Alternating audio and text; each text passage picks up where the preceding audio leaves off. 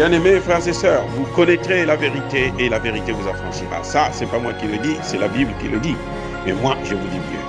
Vous connaîtrez la vérité historique, notamment celle de vos ancêtres kémites, et vous aurez une vision globale de ce que c'est que la vraie souveraineté politique. J'ajoute, vous reviendrez à la spiritualité africaine ancestrale et vous comprendrez les enjeux de l'indépendance économique. Et pour terminer, vous accepterez votre identité culturelle kémite et vous obtiendrez deux choses. La première, c'est la paix. La seconde, c'est le développement, à une condition. L'unité de toute l'Afrique noire, l'unité de tous les Noirs du monde entier. Otep à tous, bienvenue sur la chaîne des panafricanistes par essence, par conviction et par excellence. Celle des citoyens kémites par nécessité et obligation de combat. Nous sommes une chaîne qui n'est guidée que par nos ancêtres et rien que par les ancêtres qui appartiennent à l'égrégore du monde noir. Par conséquent, nous ne croyons en aucun Dieu venu de l'étranger. Toutefois, cette vidéo n'est aucunement destinée à inciter à la haine ou à la violence, car nous menons un combat qui est d'abord et avant tout spirituel, intellectuel et démocratique. Ensuite, il est politique, géopolitique et géostratégique. Contre l'impérialisme, le colonialisme, le néocolonialisme et l'endocolonat, qui sont tous qualifiés de crimes contre l'humanité. Nous menons ce combat sur la base du principe fondamental que nous avons hérité de nos ancêtres kémites, qui est celui de la Mahat, c'est-à-dire solidarité, vérité et justice.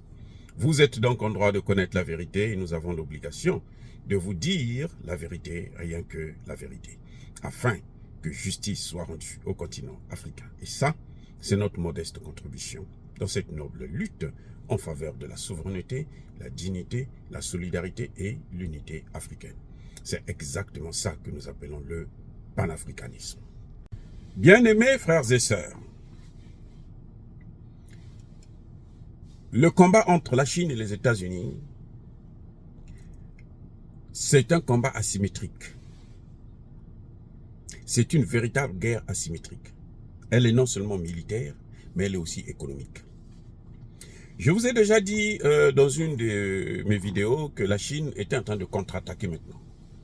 Avant, elle était un peu plus en défensive. Maintenant, elle contre-attaque. Ou plutôt, elle attaque. Elle est en train de prendre le contrôle du golfe Persique. Elle est en train de prendre le contrôle, probable, en tout cas, elle est en négociation de prendre le contrôle de l'océan Indien.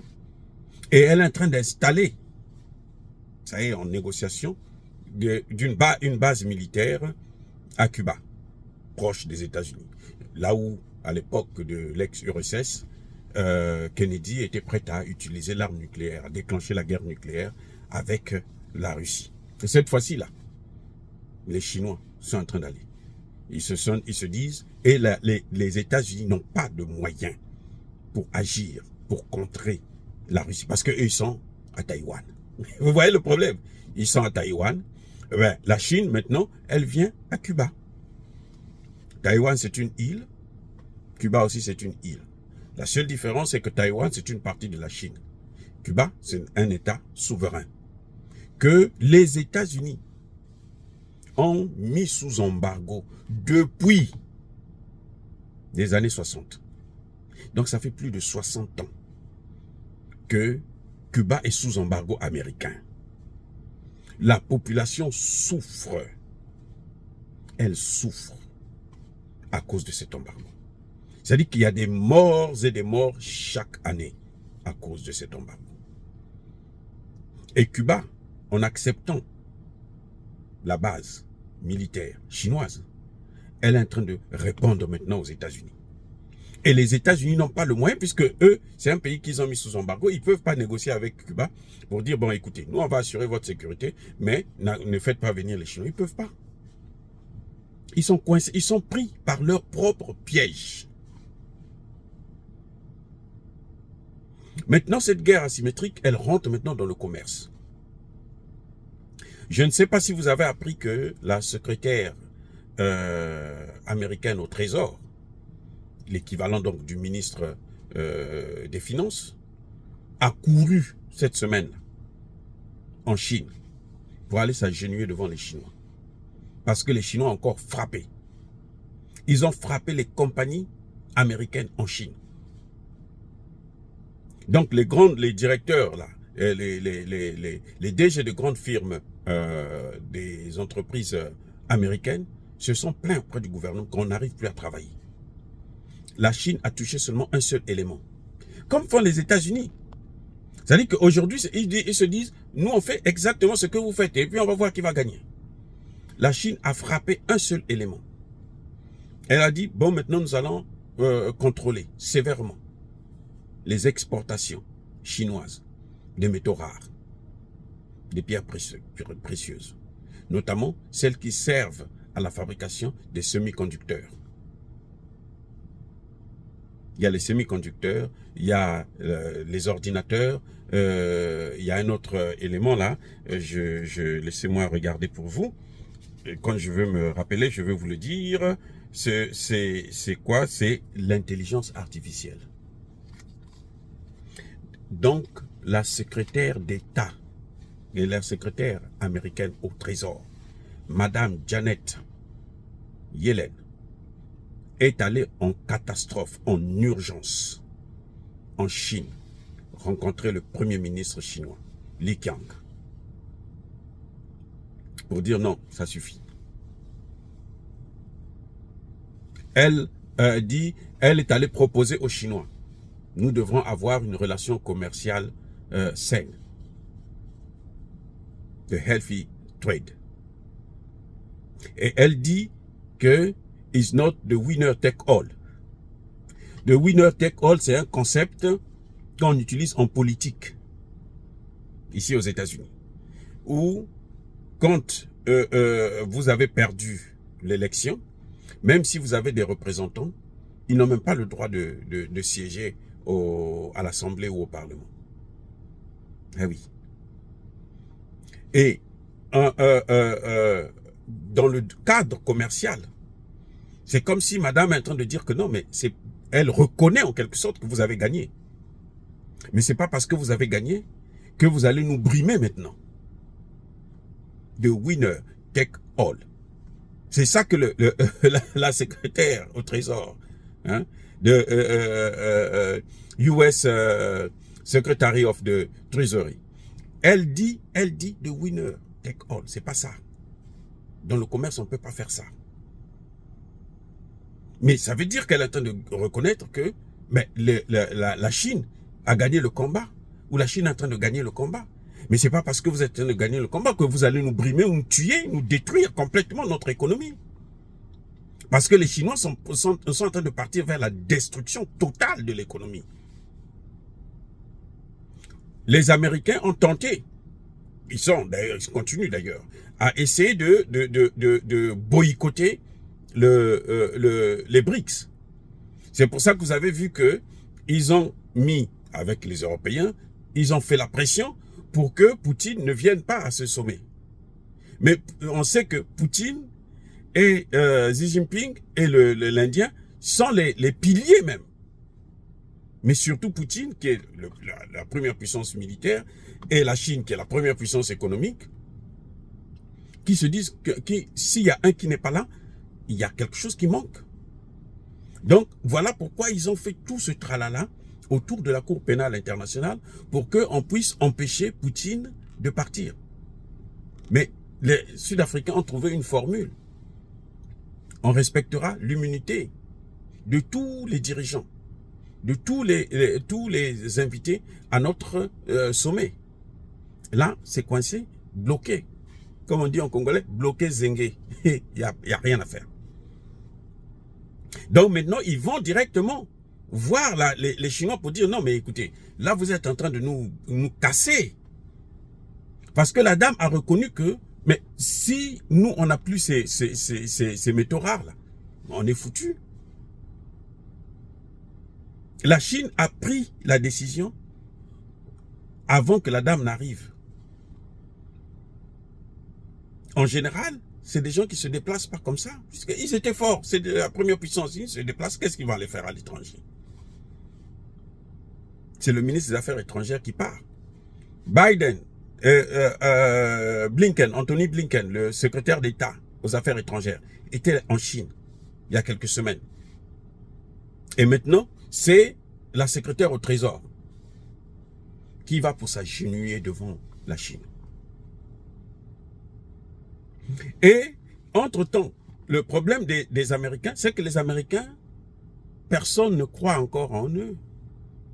Personne ne fait confiance aux Américains. Ce sont des menteurs.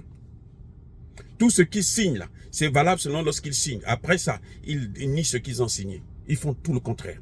Mais ils ont fait ça à la Russie. Non, écoute, nous, vous, l'ex-URSS plutôt, vous pouvez détruire le pacte de Varsovie, le mur tombe et tout, les pays de l'Est. Nous n'allons pas élargir l'OTAN, non. Ils n'ont pas dit non, on va aussi faire disparaître l'OTAN, non. Parce qu'en principe, c'était ça qu'ils devraient faire. Pour la paix dans le monde, ce sont les deux opposants, tous les deux empires s'éteignent, et puis bon, le monde reprend à zéro. Même s'ils ont une puissance quelque part. Non, dès le lendemain, là, ils ont commencé la première des choses, élargir l'OTAN. C'est ce qui nous a amené, voilà, à la guerre en Ukraine. C'est ça qui a amené la guerre en Ukraine. Donc les Chinois aussi se disent, bon, puisque vous faites ça, nous on va agir. Maintenant, la secrétaire américaine demande des rapports gagnant-gagnant. Maintenant, elle demande gagnant-gagnant parce qu'elle voit que ils ont perdu le combat. C'est clair. Et les Chinois disent que nous devrons régler aussi les problèmes de sécurité. Le problème de sécurité, c'est lequel? Mais c'est Taïwan. Donc, ne soyez pas surpris que les États-Unis soient obligés de temporiser à Taïwan pour laisser la Chine maintenant gérer son pays, unifier les deux pays. Et d'ailleurs, Taïwan elle-même, les Taïwanais, ont dit, hein, ils se prononcent là maintenant, ils disent que nous, on ne sera pas un second Ukraine. Ou nous, on va aller mourir pour vous, pour vos intérêts. Non. S'il faut être avec la Chine, se réunifier, nous préférons que de mourir jusqu'au dernier Ukrainien. Et aujourd'hui, en ce moment, ça chauffe avec l'histoire des laboratoires biochimiques. Ça chauffe. Donc voilà,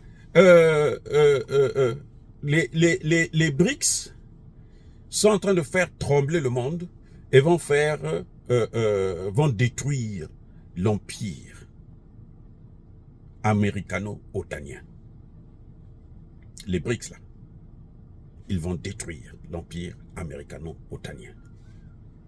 C'est question de temps seulement. Sauf si les États-Unis comprennent que maintenant là, ils n'ont plus à aller imposer leur point de vue en Afrique. Je vous dis, ce qui peut sauver les États-Unis là, c'est changer leur politique en Afrique, retirer leur base militaire et maintenant venir négocier des marchés, traités, gagnant-gagnant. Mais tant qu'ils vont continuer à faire ce qui sont les petites magouilles qu'ils sont en train de faire avec l'OTAN pour prendre le G5 Sahel, pour prendre les ceci, installer des bases au Niger, au Tchad, ainsi de suite, croyez-moi, vous allez voir comment l'Amérique va continuer à tomber. Et la chute là, elle sera sans parachute. Eh oui, ça va être très, très, très brutal et ça fera mal. Parce que déjà là, la situation économique dans ce pays, aux États-Unis, ça est en train de s'aggraver. Dire cela, c'est inciter à la haine ou à la violence. Non. Notre objectif, ce n'est pas que la Chine et les États-Unis puissent se battre. Notre objectif, c'est que ce soit la Chine, que ce soit les États-Unis, personne n'a le droit de venir exploiter l'Afrique, de venir dominer l'Afrique, de venir piller l'Afrique, parce qu'en ce moment, nous avons des difficultés qui sont liées d'ailleurs, qui sont causées par l'esclavage, la colonisation et la néocolonisation. Oui, c'est ça qui nous embête aujourd'hui. Mais nous sommes en train de travailler là-dessus pour sortir de là. S'ils en profitent, parce qu'ils sont un peu forts, comme disait Museveni, ils nous ont colonisés puisqu'ils sont forts, nous sommes faibles, et ils veulent maintenant nous recoloniser encore. Ça va mal aller. Et pour l'un, et pour l'autre. La balle est de leur côté. Dire cela, c'est inciter à la haine ou à la violence? Non. Encore une fois, bien-aimés frères et sœurs, je persiste et je signe. Soyez bénis, abondamment bénis par le Dieu des Kémites et par nos ancêtres angéliques. Mais que tous ceux qui persécutent le continent africain, le pillent et le déstabilisent, qu'ils soient noirs, blancs, chinois, arabes, indiens, qui qu'ils soient punis, maudits, foudroyés, neutralisés, effacés, écrasés par ce Dieu des Kémites et par nos ancêtres angélisés. Vive l'Afrique éternelle, j'ai dit et j'assume.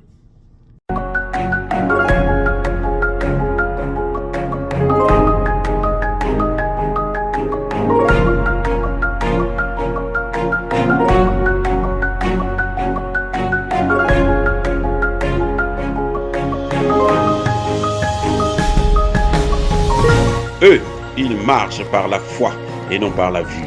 Mais moi, je vous conseille vivement de marcher par la connaissance scientifique et historique, notamment celle de nos ancêtres kémites, par les 5 sens et par l'intelligence.